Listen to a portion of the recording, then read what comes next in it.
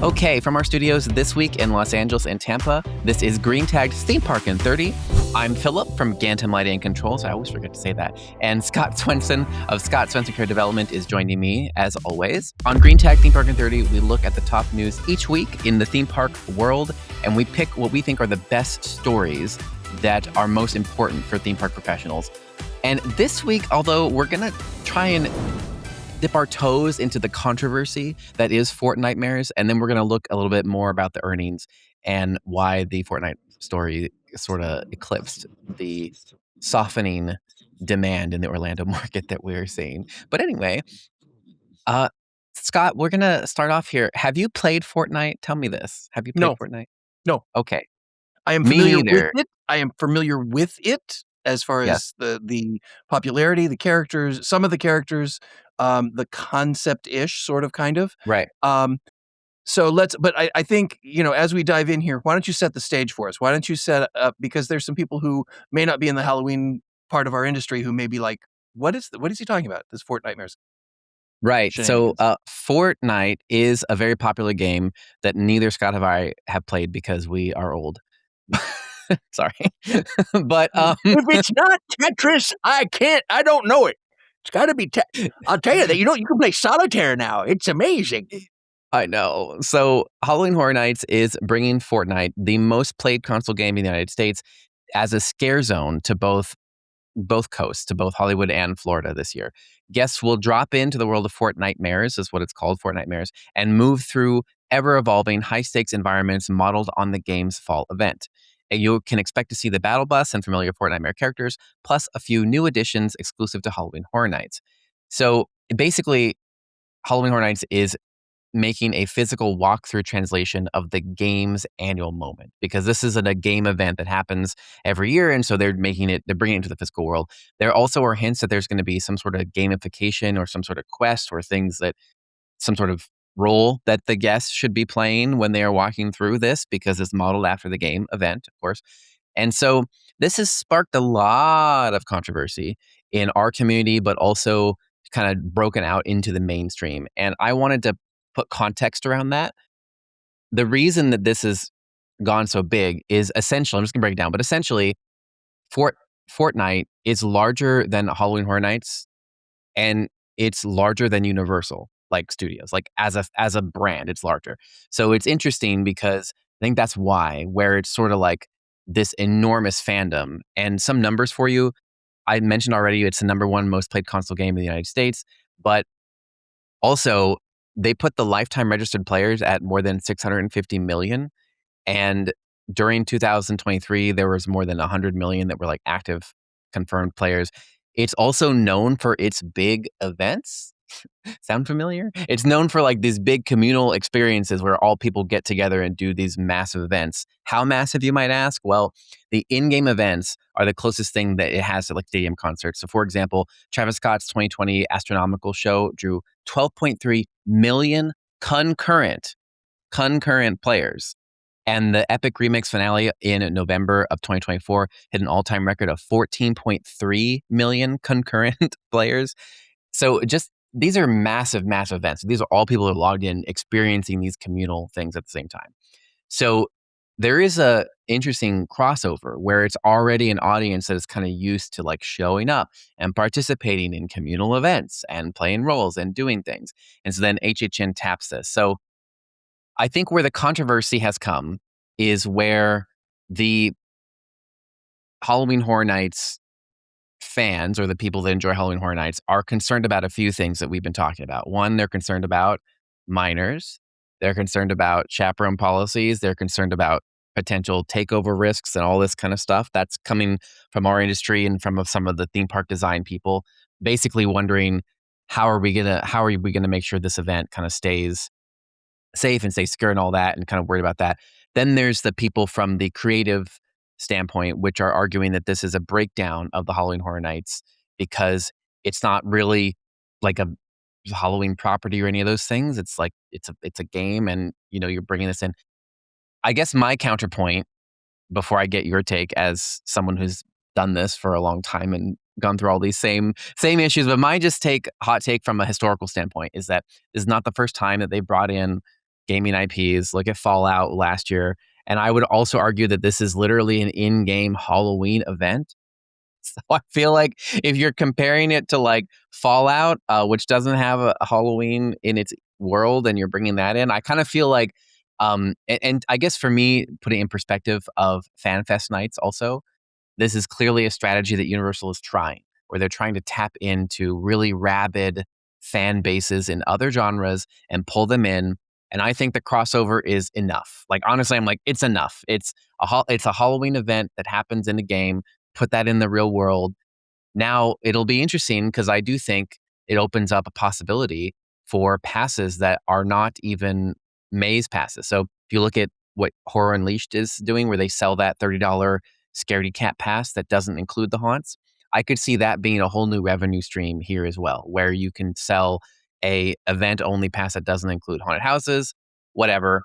Also, last thing, I think it's a pure revenue play because parents, like you're gonna have to buy tickets for your kids and potentially your chaperones to all go, and they're just all gonna stay in the same area. But from a security and a crowd perspective, I could see how this could be potentially problematic.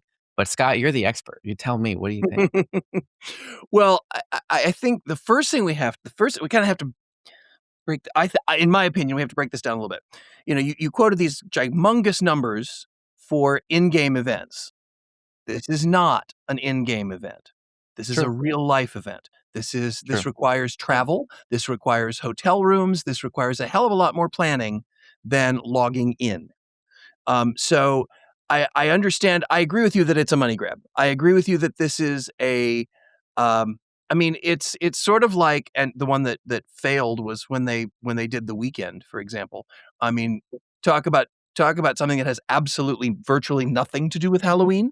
Yeah, that's a good example, right? They just kind of made it They fit made it because Halloween in yeah, their own way, and there's nothing wrong with The Weekend. I'm not saying The Weekend is a bad brand. I'm not saying that that it's just it's a force fit, in my opinion. That was a force fit.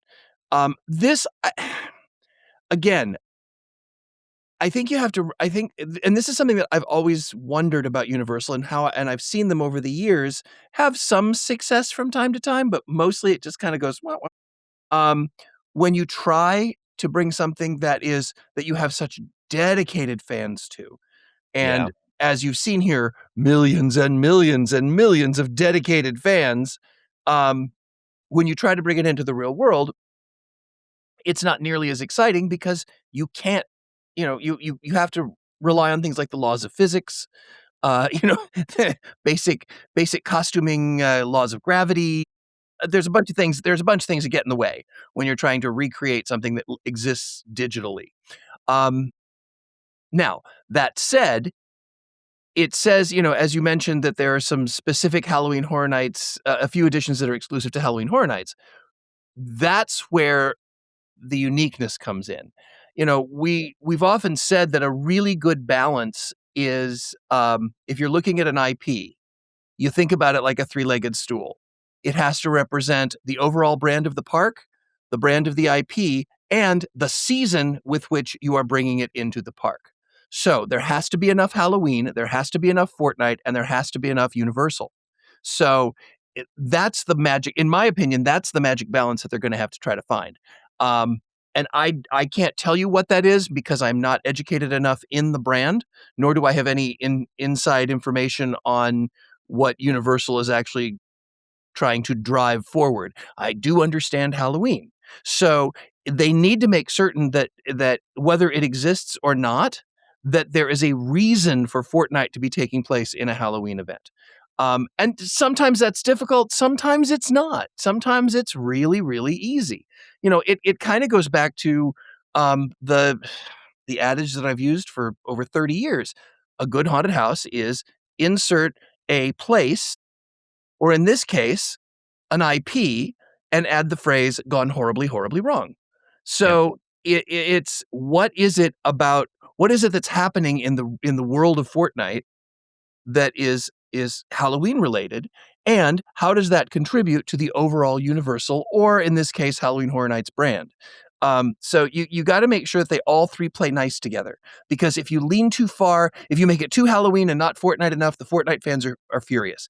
If you make it too universal but not Fortnite enough, then you just have to be very, very careful. You have to find that balance because you're dealing with a merging of fandoms, which are adjacent, I'll admit. And I don't think it's a bad choice necessarily. It just, as we say almost every show, it depends on execution. So it depends on how well they can balance between those three. I mean, basically those three brands: the Right. Fortnite brand, the Universal brand, and the Halloween brand. You cannot forget the Halloween brand. And this is true whether you are dealing with a high-end brand or a highly recognized brand like Fortnite, or whether you are trying to create a Halloween event for an attraction that has its own separate brand. You've got to be true to the the the the, the brand that is. Let me rephrase that. You can't necessarily completely undermine or dismiss the brand of the attraction. You have to at least recognize it and choose whether you're going to reinforce it or you're going to go for an audience adjacent to it or outside of it. But you have to make that choice consciously because that's going to impact how you implement the brand and how you make it Halloweenish. Halloweenish. Did I almost say Halloweeny? No, Halloweenish. Um, so it's finding that balance between those three things, I think, that could make it successful. I I think the biggest challenge they're gonna have is no matter what they do, because it's live, it's not going to be Fortnite. Right. What I think is interesting, and I think we've seen this happen in the industry, a lot, is, first person gaming was designed to replicate real world, and now it has replaced real world. And now they're trying to bring it back into real world. So Right. unless they have some very clever, and there are times that Universal completely surprises me, and they will come up with some unique technology or some unique way of staging or writing or whatever. Um, but if it becomes uh, here's a piece of paper and a pencil, you got a scavenger hunt going on, that ain't Fortnite. So you gotta be really careful. Excuse me, really careful with that.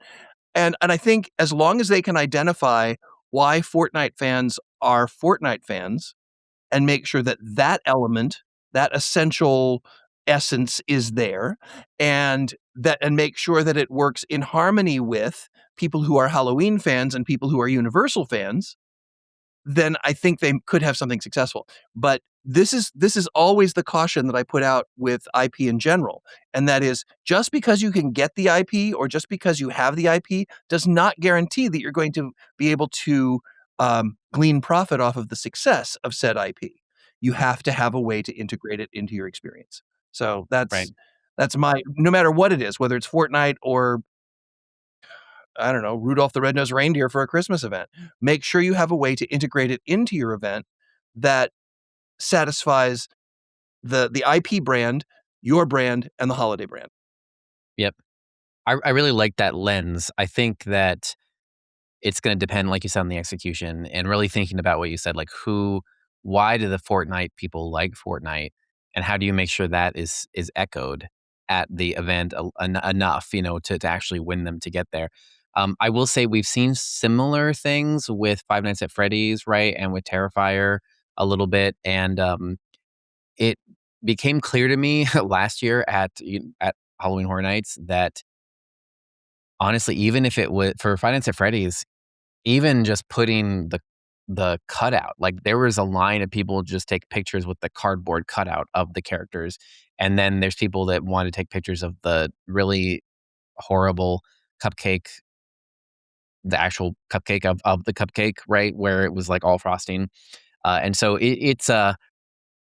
I think it doesn't have to be that hard in that, honestly, they probably could just put up photo ops, and I think that would that you'd be shocked at how far good photo ops will get you when it's a fandom that's very rabid for them, and they haven't necessarily seen them in the real world, which is the Five Nights at Freddy's thing, where you haven't seen these puppets in the real world, and so it's like it's so rabid. So I think don't underestimate that. But I agree with you. If they try and force a thing like an activity that is inherently not Fortnite onto Fortnite people, it's going to backfire versus Yep. just putting up a photo op. Well, and Also, operationally, how are they going to make it work? You mentioned Terrifier. Terrifier was a disaster at It first was, right? Yeah, because that's why I mentioned yeah, it. because it was, "Oh, yeah, well, we'll just put him out there and he'll just appear randomly and blah, blah, blah, blah, blah," and either he was mobbed or people were bitching because they didn't find him. So, you gotta find that Right, balance. and then well, I was gonna ask you on that same line, right? We've been talking so much about how parks, I guess maybe just Six Flags, but, like, parks, I think, in general and a lot of places are trying to get away from the tween audience, right? Quite deliberately trying to rebrand or remarket or move up the audience chain away from that demographic, and this is the reverse. This is Universal quite I mean, there's not much you this is a lot of the concerns from our industry that came from the operations people of like, you are quite literally targeting the exact demo that does the team takeovers. And how many stories have we done on team takeovers? Like, Mhm. so what are you going to do to mitigate that? And the only thing I can think of is that it's the infrastructure they already have in place. They already have security. They already like they unlike a FEC or unlike a bowling center or some of these other places, these places already have infrastructure to absorb. They have security. They have all of the stuff in place. They also have the ticket gate. I mean, this is behind a ticket wall. So you have to have a ticket to get in. So I think the price might mitigate that by itself. But I will say that, what's just outside the park in both Yes. locations? Yep. That'd be a great place for a takeover, wouldn't it? Right. Yep. Um, and whether it's kids coming in to see Fortnite at Horror Nights or kids who have seen Fortnite at Horror Nights and are coming out, um, yeah, I think it's interesting because what I'm trying to do is I understand why they're going for it because it is a lucrative market. Yeah, it is. There is money to be spent. These are kids who aren't saving for college yet. These are kids who, their parents are gonna say, "Oh, you wanna go see this video game thing at Universal? Here, great. Here's some cash, or here's your card, here's your debit card. Um, run, go have a good time."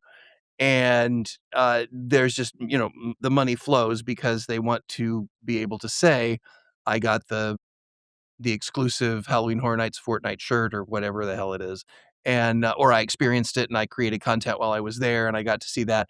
So it is kinda like printing money, but you're absolutely right. It's a there are some risks involved, and I'm sure that Universal has looked at it. I mean, let's be honest, Universal has always kind of targeted that market. Um, and, what's the is it Silent Hill? What's the one with the big Yeah. Pyramid thing? Head for Silent Yeah. Hill. Right. Um, they've gone the the last the last IP they did that I absolutely had to go see was American Werewolf in London. So that shows Yeah. you how long that was. But they've targeted these it's not I guess it's nothing new. They've targeted these borderline things. What's changed is the audience. What that tween audience has changed. Or Yeah. early teen Well, audience. and we've talked about that too, where kind of the behavior has changed, the market behavior since the pandemic. I also want to add though what we've been hearing from a lot of the operations people, because a lot of people texted me about the story to talk about it on the show, and Mhm. they shared their opinions with me. But they pointed out too what I heard is that making this a scare zone was a bold choice because if it's a house, you can at least control the line, right? If it's a scare zone, it's like you have just it's like it's just asking. It's almost like takeover bait. I can see 2 sides to that comment. Because from an operational standpoint, you put a bunch of hyped up teens in a queue that's not moving fast enough It's for true. their liking, and It's that true. becomes a disaster waiting to happen as well. Um, Also with a scare zone, you are in a more open space so that you can see what's going on. In a haunt, no matter how much security you have, no matter how many cameras you have, there's always gonna be those blind corners where, you know, I hate to say it, but where the ill-gotten ill-gotten youth, can go and beat the crap out of your actors, so or dismantle your scenic. So I can see I can see both sides of that one. I think I would probably vote to put it in a scare zone though, because I think in a scare zone you have a little bit better. On the one hand, you have the mass mentality that can kind of take over. On the other Right. hand, you can immediately come in from all sides. You know what I'm saying? I mean, you can disperse quickly as It's opposed easier to to disperse. Yeah, yeah, that's as true. opposed to evacuating a haunt. Right. Right. And then you can staff that area too. I mean, yeah, you can set up things that disperse the area and keep people going. And if you put it in a place where it's not blocking traffic, then you Well, I can mean, let's we face don't it. know where it's gonna go yet. Yeah. But let's face it, how many times have we been in any Universal experience, and whether it's in a haunt or in a scare zone, there's always at least somebody there in a uniform with a wand Yeah. trying to wave you Right. through, Right. um, because there's a crowd forming. Right. As long like I said, as long as they've done their homework, as long as they understand, here's what could happen, um, and not just, "Well, we've done games like this before and it wasn't a problem." Well, it's a whole new world now. Right. So, Well, just hopefully they're thinking about it. I think they might be thinking about how they are going to try and make up for their bad summer numbers. That's what I think, which is exactly going to our like probably last story of the show. By the time we get through it, is Universal posted their earnings, and I'm just going to give the TLDR on this, which is guests who come are spending more, but fewer guests are coming. That's the Mhm. takeaway from the entire earnings call. There you go, saved you like 2 hours, and it's we can look at the numbers, but that's what it boils down to. EBITDA is down, which means that they're making less from people, but that people are spending more due to inflated prices. That's what's going on. And they're blaming the macro environment. That's it. That's what's going on. They're saying, turning to the parks, the operating environment has softened more than we anticipated. Growth in Orlando came in below our expectations as attendance began to soften in June and has remained pressured into the third quarter. They also explained how attendance across the broader Orlando market has begun to soften in June with some temporary factors at work, including higher fuel prices and weaker consumer sentiment. And when asked directly in the Q&A, Kavanaugh described essentially weakness in attendance driven by weakness in consumer sentiment at higher travel costs. And he says they do not view it as a permanent change in the outlook. Well, yes, because they're going into Halloween season, and Halloween season is clearly what they're betting on with the things we just literally talked about for 20 minutes. So one note here is they said specifically at Epic, we continue to see it doing well, that doing what we wanted it to do, it's delivering against our expectations. Kavanaugh said crediting it with driving higher per cap spending and strengthening the broader Orlando as a true multi-destination resort. His summary of the problem is that it's an overall demand drop that's hitting all of Orlando more broadly. A few, two more interesting threads. One is that Japan is doing worse, apparently, where and it's coming we've talked about this, but basically it's coming from the Chinese tourists which are dropping, and that's because there's been those geopolitical issues happening between China and Japan where China is still upset at Japan for arguing for Taiwan independence. And so because of that, China is discouraging people from traveling to Japan, and so they're seeing a drop in their Chinese tourist numbers, which they've not recovered from. So that's what's going on there. And then the last thing that kind of got in our industry, that got some people upset, was this comment they made near the end, which they were just summarizing that it's a long cycle business, kind of being like, we're in it for the long haul. It's long, we're going to get through this dip, blah blah. But they said that we're again one of two players, and basically went to discount how it's only them and Disney and nobody else matters. Is kind of the gist of that. And they talked about the Universal Kids Resort, which I would not have brought up, honestly, if it were Mm-mm, me on this call. I would have mm-mm. stuck to Epic. Um, and then they also pointed out how the Universal UK is proceeding, and they're going through zoning clearances and those elements. So that's the earning call in a nutshell. Meanwhile, look at the shiny new thing over here in Europe. That's really what they're doing. That's really what they're doing. Yeah, that's it. That's it. It's distraction. Now we talked about this on the bonus show last week. I wrote an essay about this, and it was crazy about the timing, because I wrote the essay and we talked about it on the bonus show last week about the idea of really that summer is becoming the shoulder season. And the whole premise is that It is, what's the value proposition? All it is the same core product with nothing additional. And if your core product is weak, or if the macroeconomic environment is challenging, it becomes harder to sell. And then when you look at all they have planned for Halloween, so I guess what's the calculus? If you're going to spend your money and, come when you can see all the Halloween stuff, and you can stay all day, get the whole core product, plus do the combo ticket. And I just want to note out this year, their combo ticket is going to allow some haunted houses to open at 2 p.m. in Orlando. So similar to what they do in Osaka. So really, what's the calculus? You could buy one ticket and stay the whole day, get all core product plus all of Halloween, even buy express if you want. Why are you going to come in the middle of the summer Mhm. when everything is hot and you get no Halloween or any additional product? So it's really, I think I think that's part of it. And we talked about the softening demand literally last week, and then it showed up on the earnings call. And so anyway, Mhm. Well, and what I think is interesting too is it kinda goes back to the really bold statement I made a while back, which was, I don't know how much longer the mega parks are gonna be the be all and end all. I think that, you know, because they are so expensive, they have priced themselves out.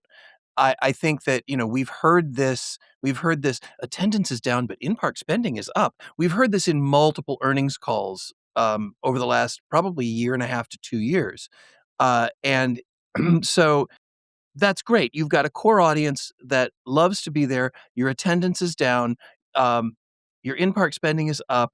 They still haven't found then that balance to keep their profit margins up because if is it financial that has driven them away? I don't know that. I don't know that. I think because what happens is when parks start to have trouble, they immediately go to, well, gas is too high and travel is too expensive. And they never say their parks are too expensive, which I think is interesting. But they say everything around the parks, it's everybody else's fault but us. Everybody around the parks is too expensive. And my response is there was a time when at like Walt Disney World, for example, families would go to Walt Disney World maybe 3 times in a child's life. It was you'd set up so that you'd go, enjoy, go back to the Midwest, spend another 4 years, come back again, do it again, go away. It wasn't the, "Oh gosh, I've gotta have a reason to go every 15 minutes." So, yeah, I think that the way we consume parks is actually leading to this. It's like because nobody can afford to go every 15 minutes because the right. the pricing is so high. Ticket prices, individual ticket prices are so high. Even passes are high, Yep. I think. Well, I So have some data points on that really to add in to finish out this. So they didn't put this on the earnings call, but they have dropped discounts for pass holders for Epic Universe. So up to 40% off, basically, to go get day tickets for pass holders in there. And meanwhile, they mentioned that they're hoping the Fast and Furious roller coaster is going to make Hollywood, bump that up, but they haven't announced an opening date yet. Like they still, I mean, it's been delayed, still haven't really announced it. And then related to all this, just as a thing, Tokyo Disney is actually raising its prices for the October season for the first time in a very long time. And Six Flags has just launched a huge Christmas in July summer sale where they're doing single day tickets from $35 and double day tickets from 2 day tickets from $50 to $78, depending on where it is. And it all cuts off. You can use it basically all up until the Halloween season starts, and then it's mhm, over. So maybe they're mhm, starting to realize the parts are a little bit too expensive, at least for what they're offering during this time. And right, so they're starting to put some right. discounts in. Well, and the thing is, and people don't notice it until all of a sudden because there's a much more educated consumer there now who will look at, I can get the core product and the seasonal overlay at what it's like, wait a minute, well, why would we go here and just get the core product? Core product is Right. definitely worth the ticket price, but it's like it's a value proposition, and people aren't stupid about that anymore. They do their research. They look at it. There's a whole generation out there who have young children who are doing just that. And so I think what we're seeing here is an equalization. I think we're seeing them try to figure out, okay, we've hit the max that we can charge people on a daily. Now we got to figure it out because now it's starting to have diminishing returns. So we got to find that balance again and find that equalization. And hopefully, to me, it's not. I don't look at it as as catastrophic news. I see it as they're having to rebalance and right size. The problem is the industry didn't have to do this kind of right sizing multiple times per year. They had to do it once every 3 to 5 years, where they'd go, okay, maybe we can charge a little bit more, or maybe we need to offer some discounts or whatever. But the attendance base and the attendance behavior of guests is very fluid, and they need to find a way to adapt quickly. And it sounds like they will, but like I said, the percentages are not, we had a 50% drop. That would be terrifying, but that's not what they're saying. So hopefully they will find a way to right size this, and hopefully we can find a way to put an end to this show because our time is up. So guys, thank you all so much for watching or listening. My name is Scott Swenson with Scott Swenson Creative Development, and my amazingly wonderful, brilliant, hardworking co-host, Mr. Philip Hernandez from Gantom Lighting and Control. This is Green Tag Theme Park in 30, and we will see you all next week.